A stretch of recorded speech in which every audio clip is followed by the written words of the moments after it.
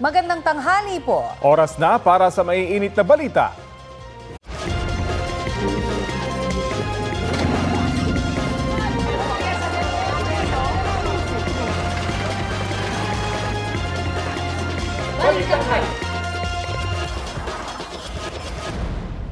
Nasa loob na ng Philippine Area of Responsibility ang bagyong Domeng. Isa pa rin itong tropical storm, sabi ng Pag-asa. Kaninang alas 8 ng umaga, namataan po yan ng Pag-asa, 1,325 kilometers, silangan ng southeastern Luzon.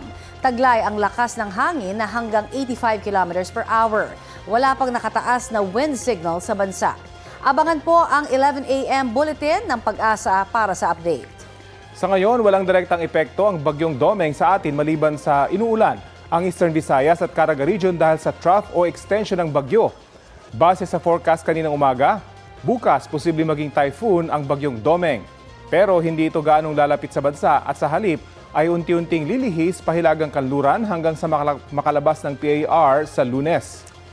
Sa kabila niyan, binabantayan na posibleng paghatak ng bagyo sa southwesterly wind flow na siyang magbubuhos ng malawakang ulan sa ilang bahagi ng bansa ngayong weekend. Uulanin ng husto ang malaking bahagi ng Northern Luzon, Mimaropa Region, Visayas at Mindanao bukas base sa rainfall forecast ng Metro Weather. Magiging malawakan pa ang ulan sa bansa sa darating na linggo. Mas tataas ang tsansa ng ulan sa ilang bahagi ng Metro Manila sa mga susunod na oras hanggang sa weekend, lalo na sa bandang hapon at gabi. Nakataas din ngayon ang thunderstorm watch dito po sa NCR, Bulacan, Rizal, Laguna at Cavite. Hanggang mamayang alas 10 ng gabi dapat alerto sa posibleng ulan na may kasamang kulog at kidlat ayon sa Pag-asa. Baha at landslide ang namerwisyo sa ilang lugar sa Mindanao dahil po sa malalakas na ulan. Sa Cagayan de Oro City, nagtulong-tulong ang ilang residente para makatawid ang isang motorcycle rider sa kalsadang natabunan ng gumuhong lupa sa barangay Tigna, Puloan. Wala namang nasirang bahay at walang nasaktan sa landslide.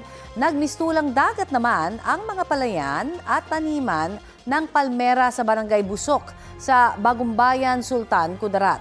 Binaha ang kalsada kaya pahirapan ang pagdaan ng mga residente. Pinasok din po ng baha ang ilang bahay. Wala namang inilikas. Sa Santo Niño, South Cotabato, nasira ang ilang bahagi ng dike sa barangay M. Rojas. Dahil po yan sa ragasan ng Ala River, dulot ng malakas na ulan itong mga nakalipas na araw. Ayon sa DPWH Region 12, abot sa 20 metro ng nasabing flood control project ang napinsala. Ininspeksyon na ang nasirang dike para masimulan ang pagkukumpuni.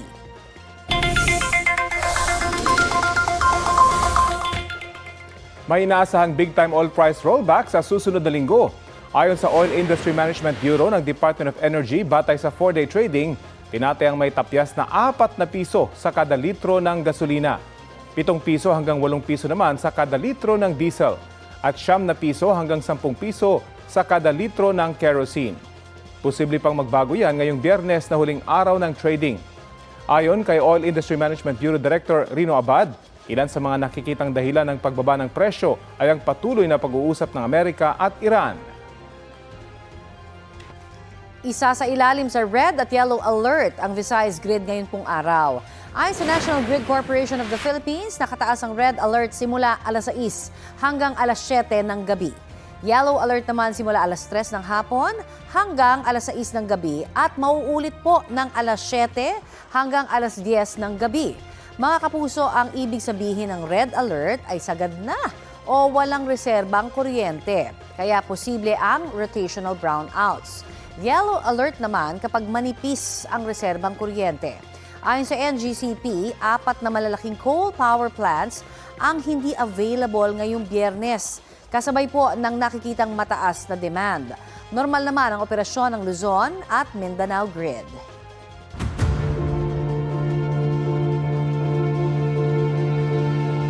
Sa ikatlong pagkakataon, nahaharap sa kasong plunder si Senador Jingo Estrada. Kaugnayan sa pagtanggap niya umano ng mahigit 573 million pesos na kickback mula sa infrastructure projects ng DPWH. Ang komento ni Estrada sa panibago niyang plunder case sa balitang hatid ni Joseph Moro. Ang Sa akusasyon kay Senador Jinggoy Estrada, tumanggap umano siya ng mahigit 573 million pesos na halaga ng kickback mula sa iba't ibang infrastructure project ng DPWH o Department of Public Works and Highways. Sistematiko umanong inihatid sa kanya ang pera. Sinampahan na siya ng mga kasong plunder at graft ng Office of the Ombudsman. Our evaluation shows that substantial public funds were deliberately funneled into designated infrastructure projects in exchange for predetermined commission fees or kickbacks. Case records point to an accumulated sum of illicit payouts amounting to an aggregate sum of over 573 million pesos, which were systematically delivered to the principal respondent, Senator Jinggoy Estrada. Base sa isinampang kaso, idinaon umano ang pangungulimbat sa mga insertion sa budget at paglalagay ng alokasyon sa mga piniling proyekto ng DPWH para sa taong 2025. Dati nang sinabi ni Estrada na walang record ang Senado na meron siyang insertion. Sagot naman ng Ombudsman, hindi doon nakalagay ang lahat ng hakbang sa paggawa ng budget. This certificate does not capture all stages of the budgetary process, wherein insertions may be made in a layered method. Kinasuhan din ng umano'y mga kasabwat ni Estrada na sina dating DPWH Secretary Manuel Bonoan. Mga opisyal ng DPWH NCR na sina Assistant District Engineer Denril Cesar Costuna at District Engineers Manny Bolusan at Arturo Gonzales Jr. Hindi sinampahan ng kaso ang mga state witness na sina dating DPWH Undersecretary Roberto Bernardo, NCR Regional Director Gerard Opulencia at dating Bulacan 1st District Engineer Henry Alcantara. Wala ring kaso si dating DPWH Undersecretary Maria Catalina Cabral dahil pumanaw na siya. No bail o walang bail na inirekomenda ang Ombudsman sa Sandigan Bayan laban kina Senador Estrada. Ang sunod na proseso nito ang paglalabas ng arrest warrant ng Sandigan Bayan. Ang Second Division sa ilalim ni Sandigan Bayan Presiding Justice Geraldine Ekong ang hahawak sa isang kaso ng graft ni Estrada. Ang kasong plunder naman at isa pang kasong graft didinggi ng 5th Division na hawak ni Sandigan Bayan Justice Saldi Trespeses. Taong 2001 nang sumuko si Jinggoy Estrada na nooy mayor ng San Juan City at kanyang amang si dating Pangulong Joseph Ejercito Estrada dahil sa kasong plunder bunsod ng Weteng Payola. Noong 2007, na-convict si dating Pangulong Erap na kalaunay binigyan ng absolute pardon ni dating Pangulong Gloria Macapagal Arroyo. Pinawalang sala ng Sandigan Bayan si Jinggoy Estrada taong 2014 nang muling sumuko si Senador Jinggoy para ulit sa kasong plunder at graft, kaugnay naman ng pork barrel scam. Naakwit din siya sa kasong plunder noong 2024. Dinidinig pa sa Sandigan Bayan ang kasong graft kaugnay sa PDAF scam. Hindi sumagot ang Ombudsman kung pwedeng humingi ng saklolo si Estrada sa Senado kung may lalabas na arrest warrant laban sa kanya. Sir, can he seek shelter sa Senate? Ayaw.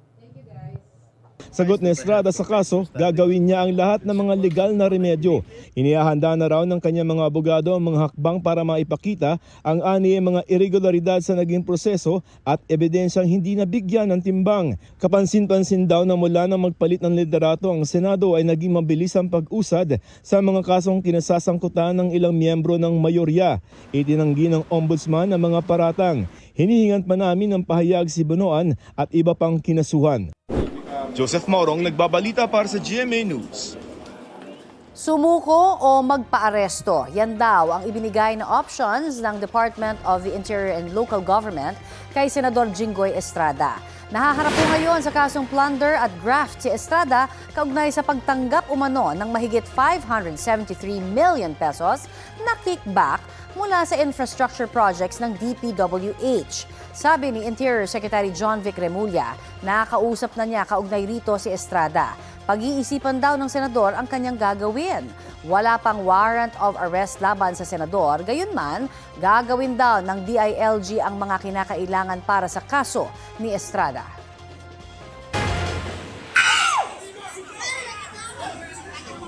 Nagkagulo ang residente sa Dato Piang, Maguindanao del Sur. Ang ilan sa kanila umakyat pa sa police mobile at nanapak. Ang sinugod ng mga residente ay ang dalawang lalaking naaresto dahil sa umano'y tangkang pag-kidnap.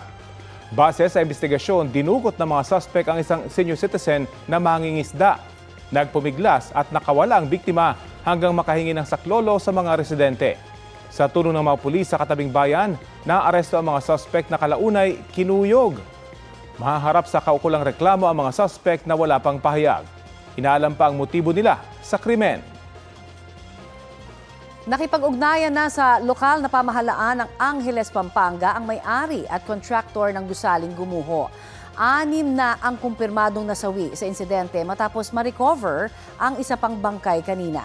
Balitang hatid ni Bea Pinlac.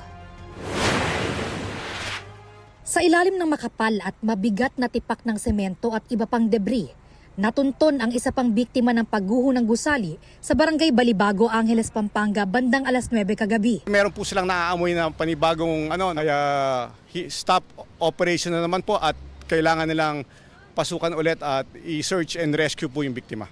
Pahirapan ang pagkuha sa biktima mula sa patong-patong na debris. Gumamit ng iba-ibang aparato ang rescue team. Mag-aalauna kaninang madaling araw, na-retrieve ang bangkay ng 51 anyos na construction worker. Ito na ang ika-6 na kumpirmadong namatay sa trahedya. Ayon sa Angeles City LGU, siya ang ama ng nasawing 26 anyos na construction worker na nauna nang naiahon sa bandang entrada ng gumuhong gusali. Sa huling tala ng mga otoridad, may 14 pang pinaniniwala ang natabunan ng guho. Base yan sa listahan ng foreman ng gusali. Hindi pa kasama sa bilang ang mga iba pang posibleng nadamay sa disgrasya. Panawagan ko lang po sana po masagip sila at buhay po sila. Hindi pa rin po kami nawawalan ng pag-asa kung buhay sila mas maayos. Ayon sa Angeles LGU, nakipag-ugnayan na sa kanila ang may-ari at kontraktor ng gumuhong gusali na Golden Years Construction at Steelworks Corporation. Galing pa umano sila sa Japan, kaya natagalan bago harapin ang lokal na pamahalaan. Sa ngayon, nakipag-ugnayan na po sila sa atin at nagpahayag po sila ng suporta para kung ano man kakailanganin natin mga dokumento, permits, reports, o ano man mga kaugnayan dito po sa trahedyang nangyari, makikipagtulungan po sila sa atin. Nakatakda rin daw humarap sa publiko ang may-ari at kontraktor ng gumuhong gusali. Para po ilatag ko po sa inyo ang mga may-ari at mismo ang kontraktor na naging bahagi po ng trahedyang ito. No? At ina-assure ko po ang publiko na magkakaroon ng katarungan at malalaman din po natin ang katotohanan sa trahedyang ito. Bea Pinlac, nagbabalita para sa GMA News. Mas pinalawak ng Pilipinas at Japan ang Comprehensive Strategic Partnership sa state visit ni Pangulong Bongbong Marcos doon. Kabilang sa mga kasunduang dilagdaan ang may kinalaman sa seguridad, kung saan magsisimula na ang formal na negosasyon para sa General Security of Military Information Agreement. Mamadali na rin ang paggawad sa Pilipinas ng Abukuma-class destroyer mula sa Japan. Pinirmahan din ang isang kasunduan na layong maiwasan ng double taxation sa pagitan ng dalawang bansa. Nakapulong din ng Pangulo ang presidente ng Japan International Cooperation Agency o JICA.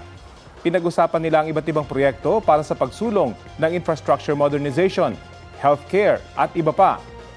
Sa business meetings ng Pangulo kahapon, nakakuha siya ng 56.3 billion pesos na investment commitments para sa electronics at shipbuilding sa Pilipinas.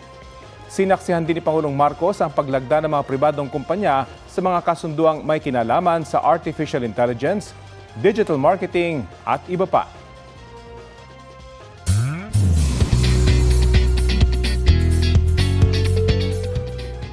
Happy Friday mga mare at pare! Siksik sa katatawanan at drama ang dapat abangan sa 3 Kapuso shows this weekend. Pepito and the gang are going for a trip. Yan ang patikim sa exciting beach anniversary episode ng Pepito Manaloto. Ihanda na ang pangasahatid na laugh trip at good vibes ng Part 1 Anniversary Special bukas, 7:15 p.m. sa GMA. Back-to-back namang mapapanood this Saturday ang veteran actress na si Janice de Belen. Paano kung ang hinihintay mong pag-ibig ay magmula sa isang taong 2 dekada ang tanda sa'yo at siya ay anak ng lalaking muntik mo ng pakasalan? Abangan ang natatanging pagganap ni Janice sa latest episode ng Wish Ko Lang na Bawal na Pag-ibig, 4 p.m. sa GMA. Sa Itim na Duwende episode naman ng Magpakailanman, bibida si Janice bilang inang nasubok ang pagmamahal sa anak na naimpluwensyahan ng masamang elemento. Mapapanood na yan bukas, 8:15 p.m.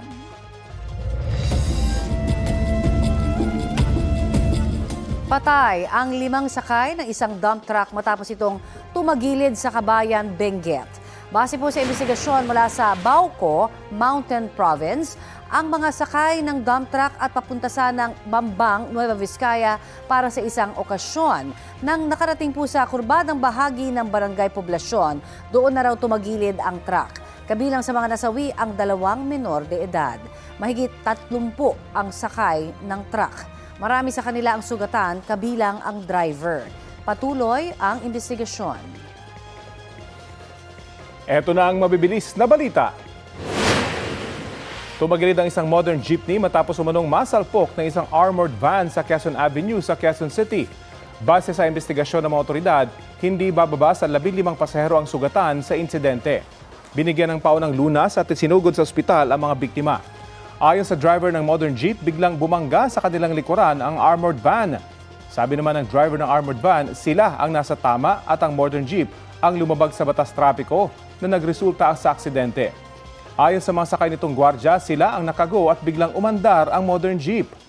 Naialis na ang modern jeep bago mag-alas 7 ng umaga at nagbalik normal na ang daloy ng trapiko sa lugar. Patuloy pa ang investigasyon ukol sa insidente. Huli kam ang pagnanakaw ng isang lalaki sa nakaparadang utility van sa Mel Lopez Boulevard sa Tondo, Maynila.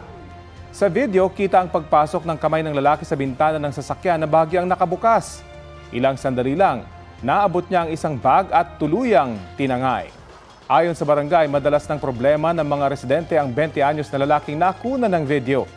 Hindi siya formal na naireklamo dahil hindi nagsasampa ang mga biktima sa oras na nabawi ang mga ninakaw sa kanila. Inaalam pa kung ano ang laman ng bag na ninakaw at kung may dati na bang kaso ang lalaki.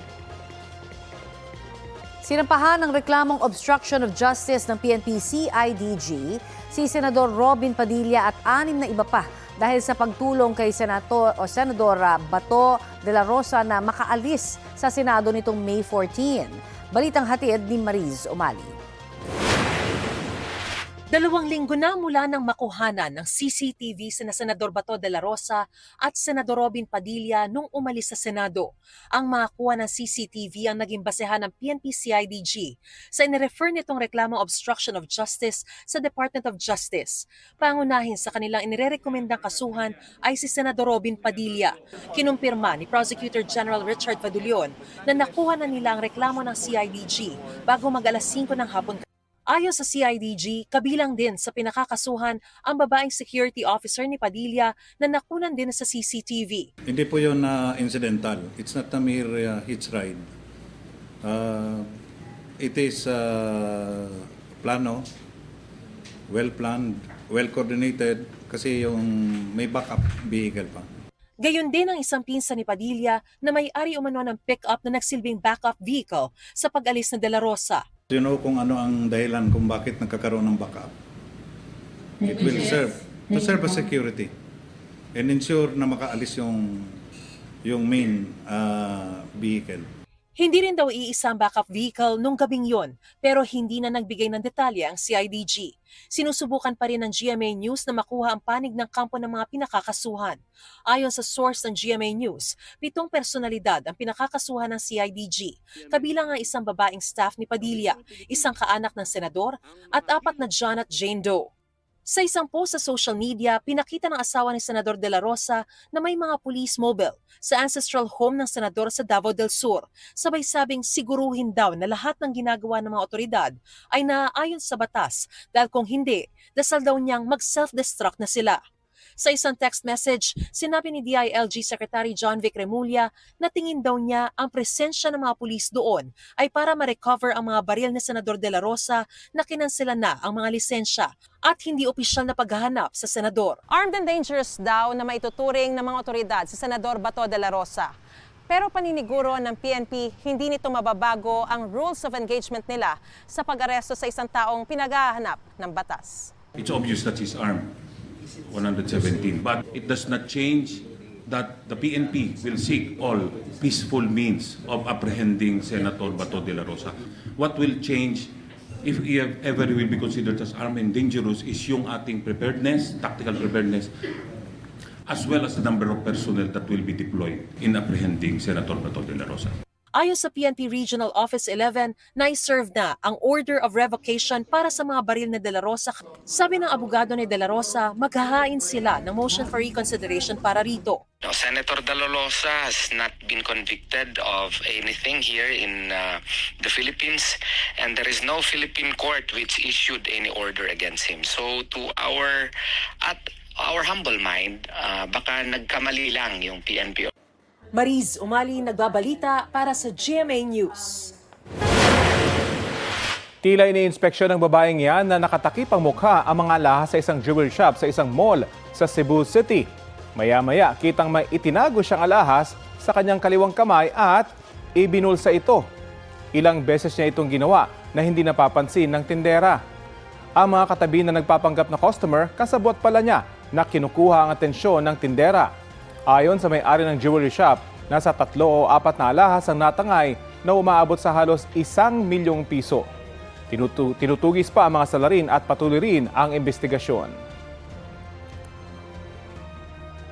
Patay ang isang motorcycle rider ng madisgrasya habang pauwi sa Maynila mula sa isang inuman.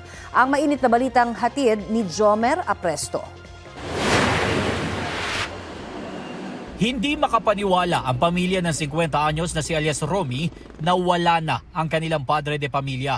Yan ay matapos siyang maaksidente lula na isang motorsiklo sa bahagi ng Arpapa sa barangay 196 Tondo, Maynila mag-aalas 2 ng madaling araw kanina. Ayon sa asawa ng biktima na tumangging humarap sa kamera, nagpaalam kagabi ang biktima na makikipag-inuman sa kaibigan sa Caloocan. Hindi na raw nakauwi ang kanyang asawa. Nabalitaan na lang nila ang nangyaring aksidente. Sabi ng mga tauhan ng barangay 196, hindi nahagip sa CCTV ang aktwal na pangyayari. Pero sa kuha ng kabilang barangay, may kita pa ang biktima na binabaybay ang Arpapa. Stop po kasi, tapos nag-go. Tapos umovertake siya sa 2 truck. Pero hindi na po namin alam kung may nakasagi sa kanya o wala.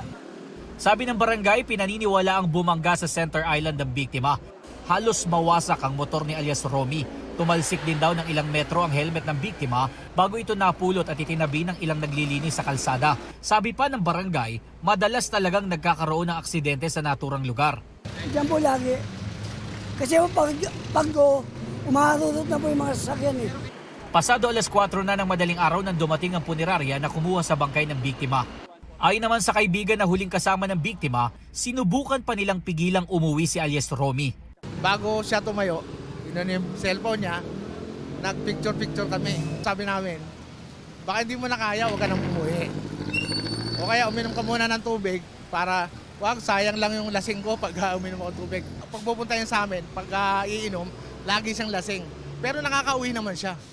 Patuloy na kumakalap ng mga CCTV footage ang Manila District Traffic Enforcement Unit ng MPD para makita kung ano ang totoong nangyari sa biktima. Jomer Apresto nagbabalita para sa GMA News. Isang bangkay ng babae ang natagpuan sa barangay Poblasyon sa Alcoy, Cebu. Ayon sa pulisya, nangangamoy at naagnas ng bangkay na 19 anyos na biktima nang madiskubre ito sa madamong bahagi ng sitio Kangkaya.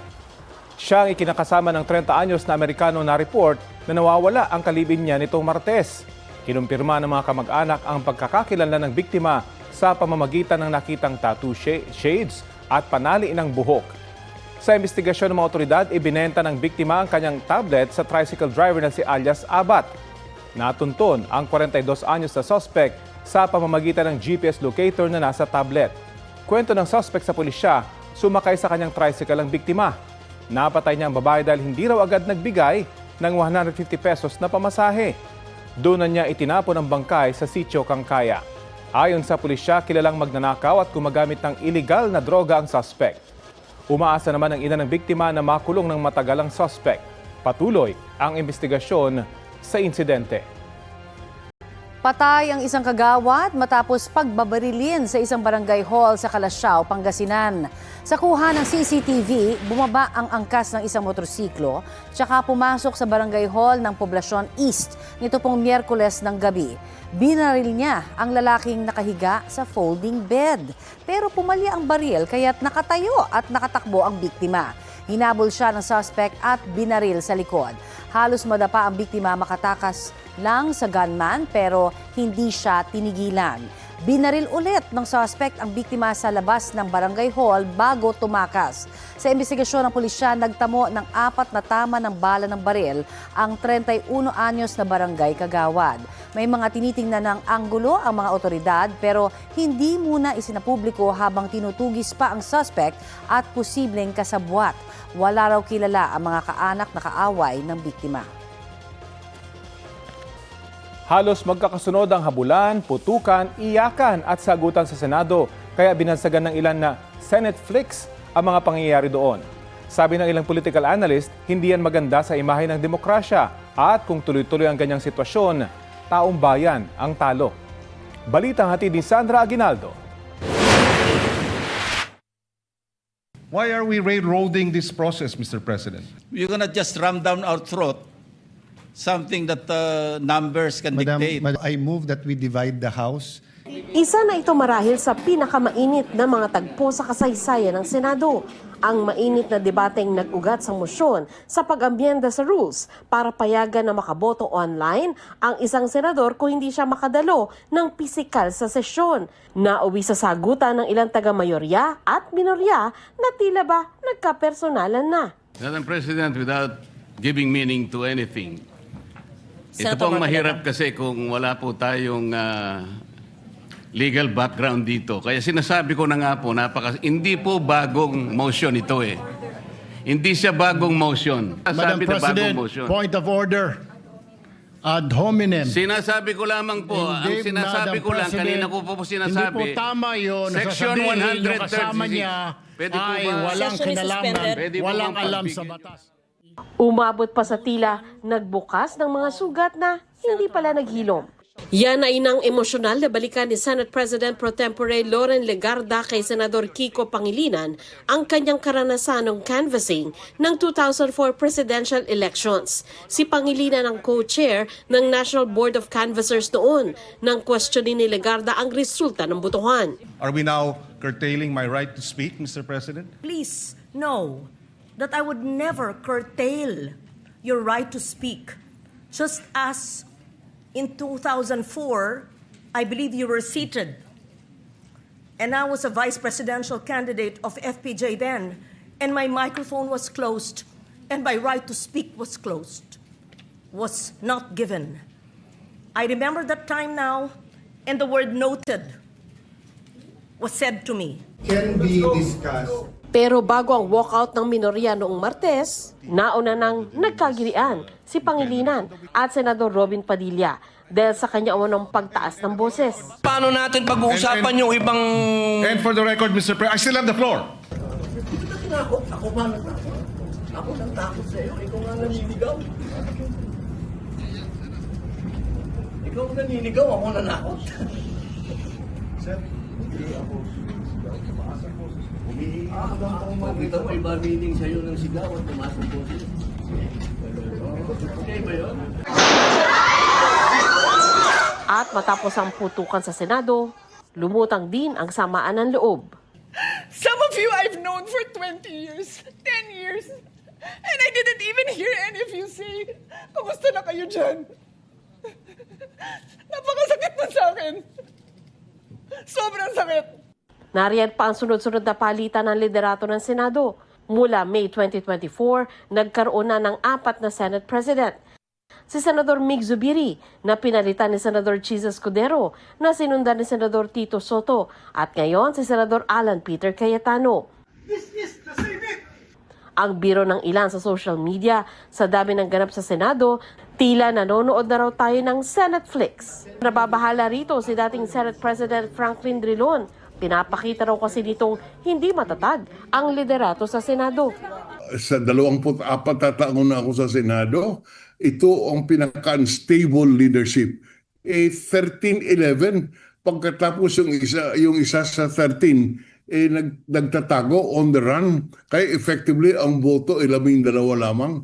Kaya mahirap kaya yung quorum. Madaling i-question eh. Hindi raw ito maganda para sa ating demokrasya, sabi ng ilang analyst. May stalemate sa Senado. Ang kalungkot-lungkot, hindi maganda to sa imahe ng demokrasya. Kung magpapatuloy daw ang sitwasyon, ang taong bayan ang talo. sana sa isipin ng mamamayang Pilipino, talo tayo dito eh. 'Di ba sabi nga nila pag nagbabanggaan at nag-aaway yung elepante, yung grass yung nagsasuffer. Tayo po yung grass. Okay. Kasi wala naman po tayong kapangyarihan, pinahiram natin sa kanila, ngunit ginagamit nila Inaabuso. sa sarili nilang agenda at inaabuso. Kaya payo ni Drilon, Kailangan palitan nila ang kanilang pananaw at siguro yung kapakanan ng bayan, yun naman ang kanilang titignan. Hindi lang yung kanilang mga selfish political ends. Sila po ang may tangan ng kapangyarihan, kaya nasa kanila din ang solusyon. Sandra Aguinaldo nagbabalita para sa GMA News. Mga kapuso, bukas na ang much-awaited na Sparkle Run. Kabilang sa mga makakasama ng mga runner dyan, si Kapuso Primetime Princess Barbie Forteza na nakuha na ang kanyang race kit para bukas. Ilan pa sa tatakbo rin sa iba't ibang category, sina Asia's multimedia star Alden Richards at pambansang ginoo David Licauco. Nariyan din ang ilang PBB Celebrity Collab Edition stars at marami pang iba. Para sa mga lalahok, sundin lang ang guidelines para siguradong fun ang run ninyo with Sparkle artists. 5 construction worker ang ninakawan ng cellphone habang nagpapahinga sa barracks nila sa Quezon City. 3 sa mga cellphone ang nabawi sa naarestong suspect na aminado sa krimen. Balitang hatid ni James Agustin. Himas rehas ang 28 anyos sa lalaki na nagnakaw ng mga cellphone sa barangay Sauyo, Quezon City. Ayon sa pulisya, 5 construction workers na nagpapahinga sa kanilang barracks ang nabiktima ng suspect. So habang nagpapahinga, merong nag-take opportunity, pinasok tong quartering nila. So pinagkukuha yung mga cellphone nila. Tapos habang paalis sila, nagising tong isang construction worker. Kaya nagkahabulan. Bigo man mahabol na aresto sa follow-up operation ng suspect matapos mamukaan ng isang biktima. Hinahanap pa ang kasabwat niyang 24 anyos sa lalaki. Natangayan 5 cellphone na nagkakahalaga ng 99,000 pesos. 3 sa mga ito nabawi sa naarestong suspect. Base sa investigasyon, ang modus ng mga to is umiikot ito sa certain barangay, tapos naghanap ng oportunidad, pumapasok sa mga bahay. Kasi nga ito kumukuha ng cellphone, ng gadget, saka biglang benta agad na to. Hindi nagtatagal sa kanilang possession yung bagay na ninakaw nila. Dito sa isang cellphone, ng bentahan lang nila is ang yung isa 900 lang. Aminado ang suspect sa krimen. Ginawa ko po kasi po kapos lang po, walang pangkain. Paano kayo nakapasok doon sa loob ng barracks? Inakit ko po sa taas. Taong 2016 nang makulong ang suspect dahil din sa pagnanakaw. Ngayon sinampahan ulit siya ng reklamong robbery. James Agustin nagbabalita para sa GMA News. Mga kapuso, posibleng bumaba ang airfare sa Hunyo dahil ibinaba ang fuel surcharge sa Level 13 mula po sa kasalukuyang Level 15. Ayon sa Civil Aeronautics Board, epektibo sa June 1 hanggang 15 ang mas mababang fuel surcharge na mahigit 400 pesos hanggang 1,200 pesos para sa domestic flights, depende sa layo. Habang 1,300 pesos hanggang mahigit 10,000 pesos sa international flights. Ang adjustment ng fuel surcharge ay base sa galaw ng jet fuel sa world market. Optional fee yan na pwedeng singilin ng mga airlines sa kanilang mga pasahero. Hinihiling ng Department of Justice kay Atty. Jimmy Bondoc na ituro na ang lokasyon ng kliyenteng si Senador Bato de la Rosa na wanted ng International Criminal Court. Kaugnay niyan, makakapanayam natin si Atty. Bondoc. Magandang umaga po at welcome sa Balitang Hali. Magandang umaga po at magandang tanghali na rin po, Sir Rafi, at sa lahat ng nanonood. Opo, alam niyo po ba kung nasaan ngayon ang inyong kliyenteng si Senador de la Rosa? Nasa Pilipinas pa rin po ba siya or wala na? Wala po kami talagang alam. Inulit-ulit po namin yan, Sir Rafi. At hindi po ito pagkukunwari. Sana po makita nila ang aming sinseridad. Palagi ko po, ito ay sadya naman po ni Senator Bato to keep us safe at para po kami ay magkaroon ng uninterrupted na legal discussions regarding his available remedies. Ukol po dun sa DOJ, nakita ko lang po yan sa Facebook, yung kanilang pahayag. Ngunit as of now, wala pa po ako natatanggap either sa PINA o kaya po letter request. At actually, gusto ko na po sanang matanggap para po ako ay makasagot ng tama. Sakali po matanggap niyo ito, ano po magiging tugon niyo doon sa kanilang kapag formal na nilang hiningi iyon yung tulong para ma-locate ang inyong kliyente? At kung alam niyo po ba yung kanyang lokasyon ay sasabihin niyo sa DOJ? Opo, una sa lahat, hindi po kasi magkakaroon ng posibilidad no, na malalaman namin ang kanyang lokasyon. We are only in coordination with the family at hindi po kami privy to any other matters. Kung may malaman po kami, magko-cooperate naman po kami. But also, this is predicated on the presentation of a valid warrant.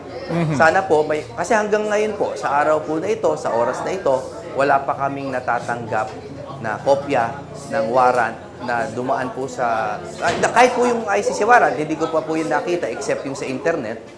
At wala pa rin po yung dumaan sa ating domestic judicial process, Sir Rafi. Kung makita niyo po yung mismong ICC arrest warrant, ano pong magiging decision niyo rito? Well, we all know that the Supreme Court has, they have declared that hindi pa nila nare-resolba yung 6 constitutional issues, no, or 6 rather key issues doon sa kaso. So hindi pa, it has always been our legal position that an ICC warrant is not immediately enforceable, no? Marami pang tanong na nakabalot dyan. So pag nakita po namin yung ICC warrant, ay tsaka po namin malalaman kung anong gagawin namin. Then we will first have to inspect kung ito ay dumaan po sa proseso na ini-invoke nila bago namin siya masagot.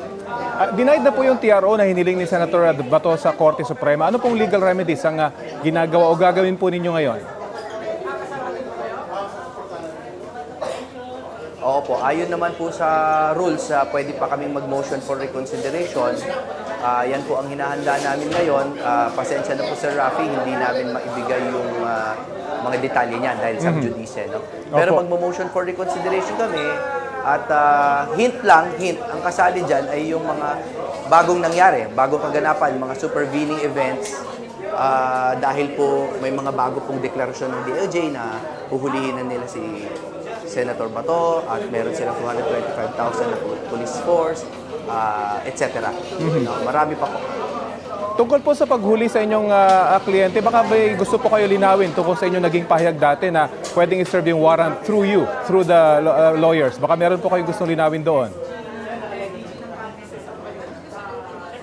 Opo, kasi po matagal po namin dinidiin, napuputo lang po kasi ako dun sa interview na yon. Matagal namin dinidiin that we do not recognize the ICC warrant. Therefore, para sa amin po, that's a piece of paper. No, ngayon, kung locally processed po yan na warrant, syempre po it should be served properly by the appropriate personnel, no? Pero kasi po, yung ICC warrant parang gusto na i-serve ni Senator Trillanes. Tinanong namin kung bakit siya. Tapos recently, sinabi na rin po ni GM Torre na parang may nagtatap sa kanya or hindi ko po alam masyado yung balita ukol kay GM Torre. Pero pag binigyan po kami ng valid na warrant served by the proper authorities, sasagot po kami ng tama and we will make sure that Senator Bato receives it personally. Hinaharang po na Senate minority yung mungkahing payagang lumahok yung mga senador sa sesyon via online. Paano po gagawin ni Senador Bato yung kanyang mga tungkulin kung hindi siya physically present po sa sesyon?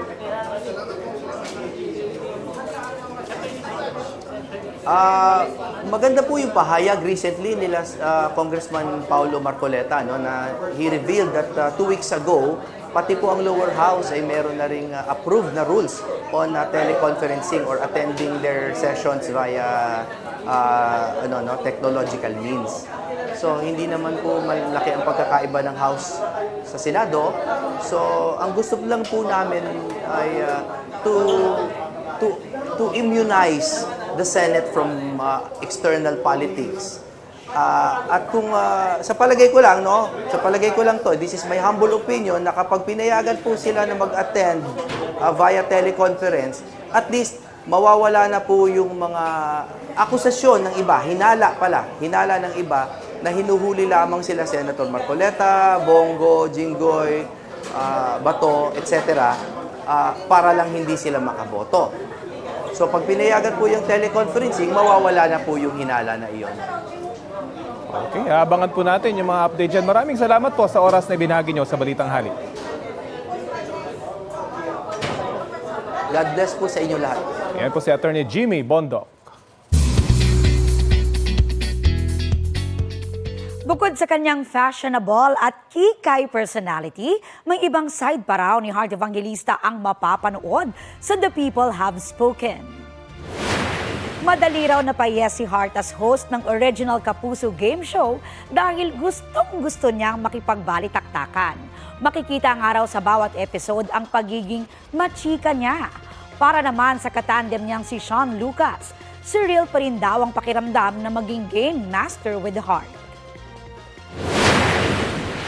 In this show, it's really interacting with the people and their thoughts. And it's a good way din to educate yourself for certain things na, iba tayo na pananaw, pero okay, gets kita. So, bet na bet ko.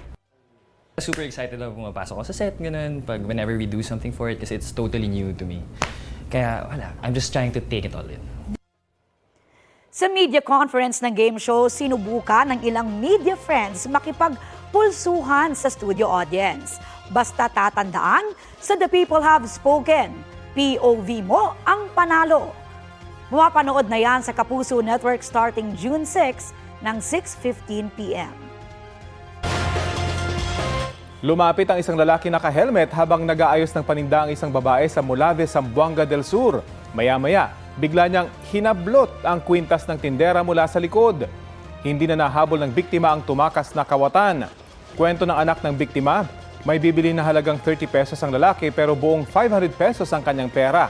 Iginiit ng tindera na wala pa siyang panukli kaya tinanggihan niya ang lalaki. Doon na raw hinablot ng lalaki ang kwintas na 30,000 pesos ang halaga. Pinaghahanap ng suspect matapos magsumbong ang biktima sa pulisya. Hulikam ang pag-iwan sa isang sanggol sa isang parke sa Antipolo, Rizal. Kuha ng CCTV sa barangay Inarawan, kita pong isang babae na may kasamang bata. Kumuha ng sako ang bata at inilagay ito sa tabi ng isang puno. Doon inilapag ng babae ang sanggol tsaka umalis kasama ang bata. Ayon sa isang barangay kagawad, isang street sweeper ang nakakita sa iniwang sanggol. Malusog naman ang sanggol at batay po sa pagsusuriyan ng ospital. Nasa pangangalaga na siya ng DSWD. Napag-alaman din ng barangay na ang mga nakunan sa CCTV ay ina at kapatid ng sanggol. Hinahanap pa sila ng mga otoridad.